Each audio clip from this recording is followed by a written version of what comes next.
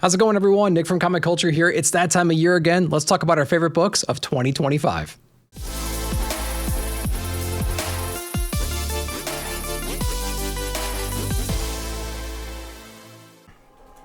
Our first book was years in the making, showcasing magnificent design and visual storytelling. That's right, we're talking about Jesse Lonergan's graphic novel, Drome.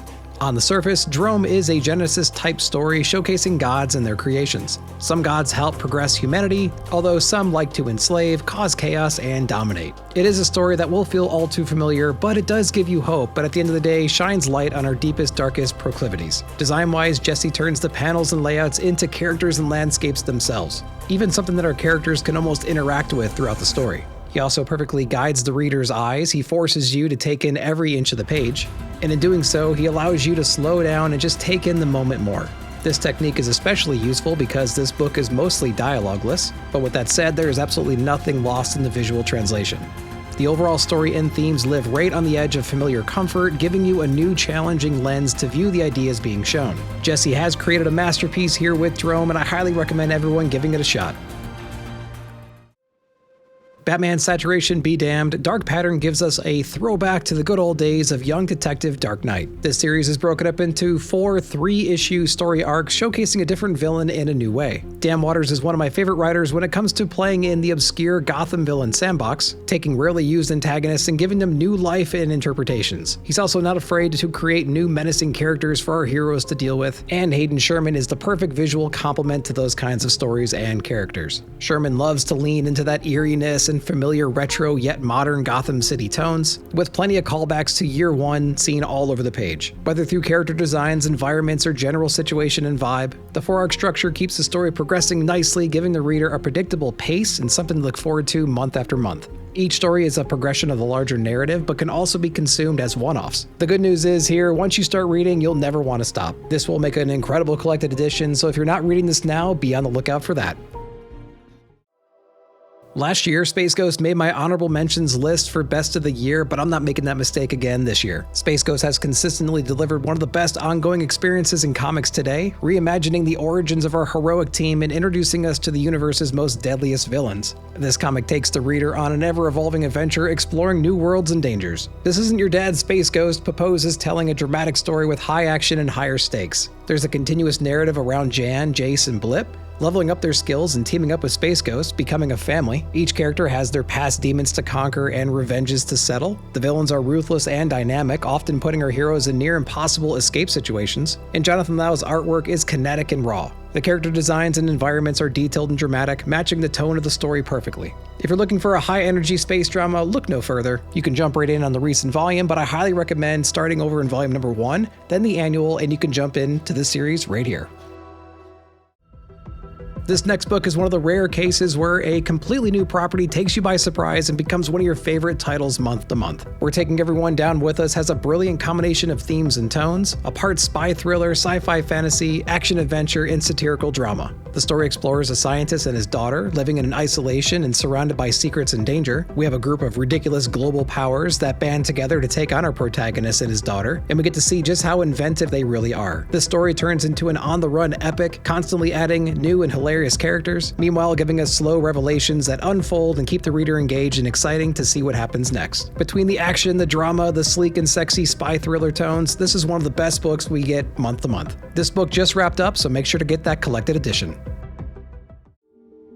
Swooping in as the new king of existential crisis in comics, Assorted Crisis Events takes a different but similar approach to W. Maxwell Prince's Ice Cream Man. Despite the underlying thread, each issue does feel unique and different, taking on difficult topics like global doppelganger immigration, breaking generational trauma cycles, and reliving unresolved childhood traumas and abuse. Eric Sawatsky came into the scene out of nowhere, it seems, bringing incredible art and compositions that are innovative and fresh, some of the best visual storytelling in comics today. This creative use of page layouts, character environment designs, combined with Dennis's take on dystopian time chaos, makes for a comic that will make you think, contemplate your own mortality, and leave you in complete awe. Volume number 2 just started, so go back and grab volume number 1 and jump right in here.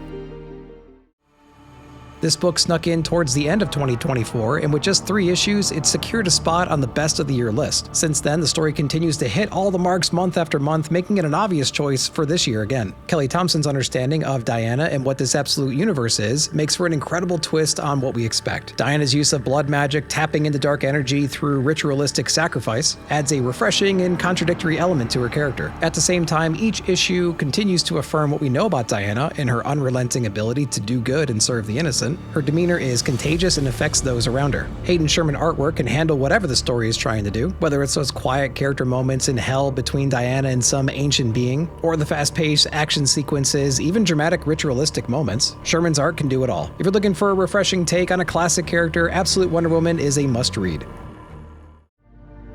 Okay, admittedly I was hard on this series in the beginning. I just didn't see the magic that was clearly building under the surface, but once you allow the first couple of issues to set the stage and introduce you to the characters, you really get a sense of just how intense this story really is. The power fantasy is everything you want from a modern, mature X-Men book, which makes sense because the writer is Kieran Gillen. But it feels like the gloves are off. There is no restriction to the story or what we can do with these characters. The book features a wide array of complex god-like characters in their own right, and their never-ending battle for dominance, peace, and control. Casper's art is better than ever, and that says a lot since he puts out jaw-dropping art on everything he does, but this does set a new bar. From the quiet conversational moments to the diabolical, world-threatening events, Casper knows how to adjust his style and colors to match the tone of the story. Few comics this year give me the kind of reaction that this one gives me every month. The power fantasy is collected in 2 different volumes right now, so make sure to catch up and join us monthly on the conversation.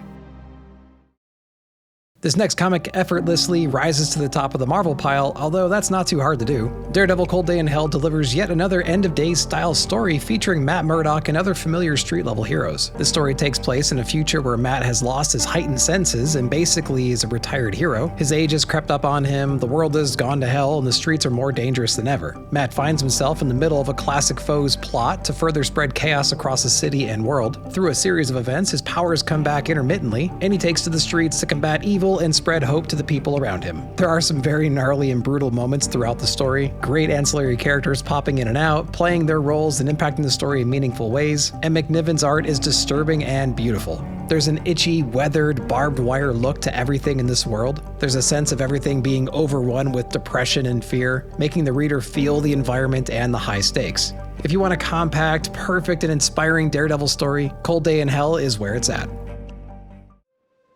Another Batman book makes it to the best of the year list, but with good reason. Wade and Samney's audaciously titled Batman and Robin Year 1 automatically demands high expectations, classic vibe, and grounded emotional storylines. Not only do they deliver on those expectations, but they soar past them in this perfectly homage-style comic that's also unique in its tone. Wade over the years has been producing some of the best, most solid DC comics on the shelf month after month. Here he takes on the dynamic duo with Batman and Dick Grayson, giving us a look behind the scenes of the early years teaming up and training to become Gotham's saviors. Dick, still grief-stricken with the loss of his parents, he's hot-headed, he's motivated, he's eager to get his revenge on the people that destroyed his family, and Batman is playing that dual role as a father, mentor, perfectly portraying both sides and giving just as much weight to each and not casting a shadow on the other. The villains and plot of the book are grounded yet supernatural. There's a lot of familiar Batman animated adventure tones to the story and look. And speaking of looks, Samney's art is beautiful. The line work, environments, character designs, and emotion, the horror element, the quiet moments, they all just work. I've had so much fun comparing panels or looks to classic Batman titles. Whether coincidental or not, the fact that Chris can capture the same feelings you get while reading Mazzucchelli's Year 1 is something special. I also couldn't have picked a better colorist than Matt Lopes. Matt plays to Chris's strengths so well, adding that extra flavor and drama to every scene. It's just a brilliant overall package. There is a hardcover edition coming out. I would love to see an artisan edition as well. In any case, I highly recommend it. Definitely check this one out. The next title is so good, it's almost a shame that it's part of the Absolute universe and not a standalone proper DC title. Absolute Martian Manhunter blew away all my preconceived notions on what that character is and can be. Dennis takes what we know about these characters and completely flips the idea of him upside down, making a big green guy more of a spiritual concept or idea, abstract but tangible at the same time. Ancient and primal, it's something that's just beyond our understanding. The story follows Detective John Jones and his wife Bridget and son Tyler. John experiences a near-death experience on the job and somehow is fused with this ancient being. During the first arc, we witnessed firsthand the slow integration between Martian Manhunter and John, the melding of the minds, the embrace that they both need to allow in order to combat this evil unleashed on the world. It's a psychedelic masterpiece of storytelling and visuals. Javier Rodriguez is brilliant with this. His acid trip-like stylings and bright flat color choices give the reader a sense of what John is really experiencing. Through the art, you can see the thoughts and emotions of everybody around them. It's almost like a sixth sense, a perception that is non-human. It's a type of vision that doesn't make sense to humans, but we can at least comprehend that there's something more to witness. This story will challenge your very ideas of reality, base concepts of good and evil, and push you just to the edge of confusion while making complete sense all at the same time. This was an easy addition to the best of the year list. Make sure to check this one out if you haven't yet. From the Ghost Machine universe, Redcoat continues to be an exciting and ever-evolving historical thriller featuring the most unlikely hero, Simon Pure. Though he's anything but, as you'll come to know, part of the charm of this book, I believe, is Simon's headstrong, self-degrading nature, ultimately being compelled to do the right thing at the end of the day. Encounters with Johnny Appleseed, Annie Oakley, the Northerner, First Lady Dolly Madison, and others further mature his character and undoubtedly subconsciously prepare him for whatever battles are coming. It's the constant pushing of his barriers that make you want to read more. Brian Hitch continues to push himself with each event, environment, and character design, giving us incredible splash pages in every issue. Brian's art is amplified by Brad Anderson's coloring abilities. Brad knows when to make a scene really shine and stand out, while keeping things simple and vibrant. His coloring really puts you in the scene, making you feel the heat of the moment and the crispness of the night's air. Redcoat is a great example of a comic that can go on forever, smashing together our heroes with interesting people and events in our past. It's exciting, it's educational, and I can't wait to see what's in store for Pure later in the Ghost Machine universe. Whenever Rom V and Anad RK are on a book together, you can guarantee that it will be something special. But I'll admit, I was shocked when they took on the Resurrection Man. Mitch Shelley was created by Andy Landing, Dan Abbott, and the late Jackson Juice, and appeared in Resurrection Man #1 in 1997. So it's a relatively newer anti-hero of sorts. At a high level, he's very much in the same vein as Doomsday. Whenever he dies, he resurrects with a new power related to whatever killed him. But what happens when old age and time does him in? What kinds of powers, what kind of new threats will he face? And what will he have to do to rewrite his own history in order to stop the destruction of reality itself? And yeah, I told you it was a Rom V book. Anad RK teaming up with Mike Spicer, one of the best colorists in the business, equates to breathtaking spiritual moments on one page and hellish nightmares on the next. RK's character and environment designs will force you to pause your reading just to take it all in. The impossible infinity-type structures he comes up with, the nightmare-inducing inevitability monsters looming over our hero, and the supporting cast and moments between the main plot really sell the entire dreamlike story. There is a lot to unpack in this series, making a second read-through as enjoyable as the first. With full context after the first read, going back to rediscover tiny details and perhaps missed weight on particular moments, this is a story that demands a reread, and I'm happy to do so. Do yourself a favor and check this one out if you haven't yet. This next book brings the horror vibes all year round. From the brilliant mind behind the Ghost Machine universe, we have Hyde Street. I'm really loving the premise of the story. We have a cursed street where lost, menacing souls are trapped, and the only way out of this purgatory is for them to deliver thousands of souls to the scorekeeper. We mainly follow Mr. X-Ray, the monster, Pranky, and Miss Goodbody as they torment the locals and try to rack up their soul counts to finally be at rest. Each character has a unique feel and motive, and throughout the series we explore each of their origins and abilities, learning more about their curses and how they take advantage of the innocent for their own gain. The stories are all intertwined and engaging. There's a horror element on full display. Ivan and Danny and Brad Anderson are brilliant together. They've designed creepy and unsettling characters and environments, hauntingly gorgeous action scenes, and dramatic page turns. Hyde Street is one of those books I look forward to each and every time it comes out, and I love the different tones it delivers compared to all the other books on the shelf. So if you're looking for that horror book that delivers all year long, check out Hyde Street today. No surprise here that Kaya makes it back on the list of best comics of the year. Wes Craig has left us, the reader, on the edge of our seats watching Jin and Kaya traverse dangerous lands, shifty allies, robotic terrors, and creatures of myth and legend. In this latest arc, Jin continues to explore his powers of transfiguration and all the physical, emotional tolls that follow. Jin's untrustworthy mentor is still in Kaya's crosshair as the divide between the two siblings widens issue after issue. Recently, Jin has been able to tap into powers he never thought possible, but at what cost? We see what happens when he pushes himself to the limits in liberating an enslavement camp with Kaya and others. Wes's art and coloring are just as energetic and in your face as usual. Compositions are dramatic but simple, with gorgeous splash pages sprinkled on all the right places. The other interesting part is we the reader know about the inevitable separation of Jin and Kaya, but we just don't know when and why yet. We are starting to see this come to fruition though, and it's absolutely heartbreaking to witness. So if you haven't started reading this incredible story, get the collected editions and jump on in now. They are very fast reads and you'll enjoy every second of it. Battle Beast busted into the scene this year in a big way. Image Comics released a blind bag #1, which was highly successful, selling over 400,000 copies. And like it or not, this sent shockwaves through the industry and many publishers are following suit.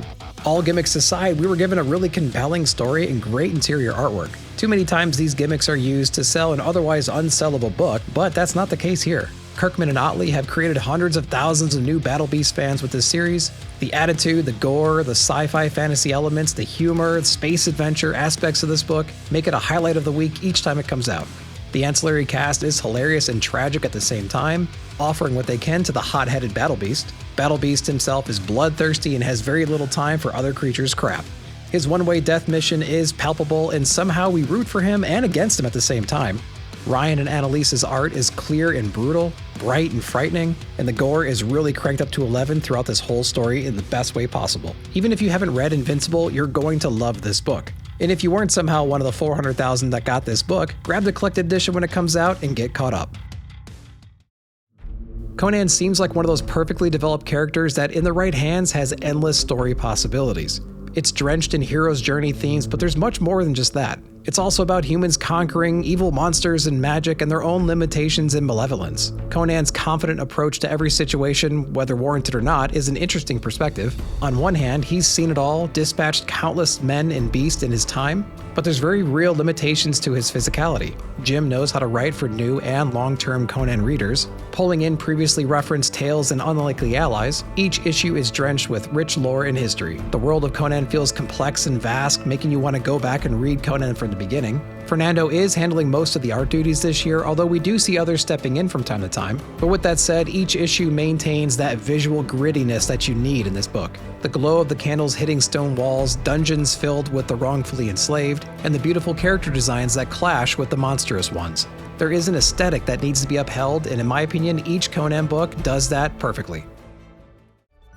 I had an idea of how unique and brilliant a Superman book from the creative team of Ice Cream Man could be, but seeing it month to month was still surprising. This is a story and a vibe that only this team can produce. The eerie look and feel, the thin lines, the uneasy facial expressions, the quirky tone and character voices, you just don't see that in any other book. The premise is pretty straightforward. Superman finds new forms of kryptonite that he needs to test before they can be used against him. He pulls in his closest allies to help him out, which turns the story into a Willy Wonka-style adventure, analyzing each kryptonite's effect and dealing with the unexpected consequences. The villains, mostly led by Lex Luthor, rotate through the issues, trying to capitalize on a vulnerable Superman. There are tons of great character interactions and dialogue, a lot of snarky remarks, throwing carrots to the wind style approaches to the situations that'll just make you laugh. Again, all juxtaposed against this underlying eerie tone. The Kryptonite Spectrum is one of those rare stories from an oddball creative team that will change the way you look at superheroes and how their stories are told.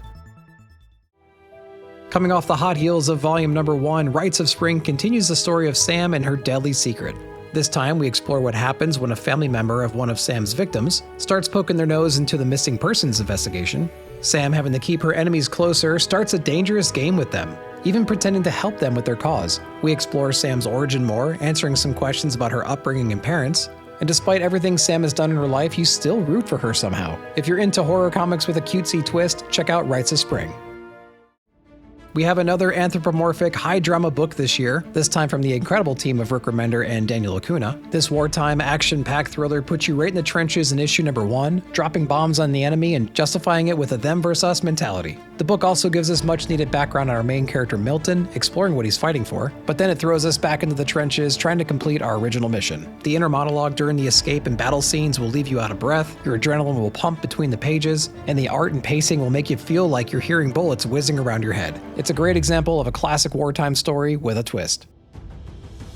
I've been eagerly waiting this book for months as we were teased with some of the interior pages from Danny early on this year. This book follows generational caregivers of a special superhero-only cemetery owned by a not-so-morally grounded company. We learn about these caretakers and their cursed duties, and how this way of life impacts a girl suffering from past addictions and depression. One day she learns about a secret under the soil of the graveyard, which gives her the ability to do whatever and be whatever she wants to be. Danny's artwork is haunting and dark, splashes of color help accentuate key moments perfectly. It's a superhero-adjacent story, but it's more about a young woman trying to cope with life and relationships while struggling to maintain control of her new adopted powers. Admittedly, I have a love-hate relationship with this book, but I think overall, especially in the Bane arc, it's really won me over.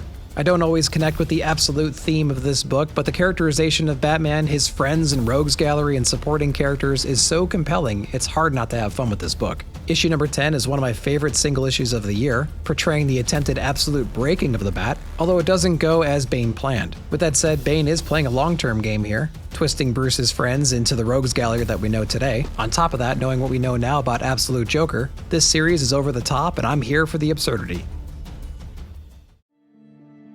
Next up is James Tynion's Universal Monster, Invisible Man. I'm really enjoying the groove that Tynion has found with his Universal Monster books. He's found a compelling way to give extra context to the original characters and story, either from a different off-screen point of view, or through the eyes of a different supporting cast member. Either way, it adds to the overall lore and story. This series features the events leading up to the classic 1933 movie. It explores Dr. Griffin's early experiments with the Invisible formula and his ever-evolving collapse into madness. Danny's artwork is perfect. She already plays well with minimal line work, often using negative space to help sell the scene. So this kind of character and story is perfect for her. I'm really excited that another Universal Monster book made it to the list this year, and I really hope they do a deluxe hardcover. One Man Art Comics strikes again with this compelling FBI murder mystery thriller in a very unlikely place. This story features an agent with a foot halfway out the door of retirement being sent to investigate a strange and brutal murder in the frozen remote part of Alaska. Having to not only solve this case, but also deal with harsh environments and the constant threat of Soviet spies, we are also introduced to strange and dangerous local legends. The art is hyper-stylized and cinematic. Everything from the facial expressions and shadow play to the environments and background matter is dynamic and beautiful. If you're looking for an exciting and compelling murder mystery with plenty of twists and turns and a demonic element, then check out No Man's Land today. Absolute Superman has been on a roller coaster of identity, I think, since it came out, but lately it's found its way out of its retrospective, origin-developing tale and starts taking on more in-the-moment immediate threats. I think what helps punch up this story a lot is the development of the Brainiac character, his surprise origin issue and the ones that followed where he's torturing Kal-El, trying to break into his mind and rewire him, were some of the best single issues of the year. The art has always been really strong in this book. I love the action, the outbursts, the technology of the world, and the way Kal-El looks in general and his AI cape. It's the absolute book with the most world development and characters involved, and it's been getting better and better with every month. The story can really go anywhere from here, and I'll be sticking around to see it all unfold. Dennis Camp has been doing a great job crafting this Ultimate Line's foundational book, The Ultimates. It's almost an episodic series, taking time to show us different parts of the Ultimate Initiative, key players in charge of pushing the Resistance forward. Sometimes we get origin stories, other times we get full-on team battles. In either case, we learn more about the troubled characters and their sense of unfulfillment due to the maker's actions. This book and series alone has given Marvel a spark that they need to remain relevant in a scene where DC and the indies are increasingly producing more engaging titles. I am excited and cautiously optimistic on how they're going to pull all these different titles together for the big battle with the maker, and how they'll wrap up the Ultimate line in general. Alright guys, so I hope you enjoyed that look back on 2025. Let me know down below in the comments what your favorite books of the year were. While you're down there, if you're new to the channel, like, subscribe, share, hit that bell notification to be alerted whenever I put out new videos. Thank you so much for watching. We'll see you in the comments.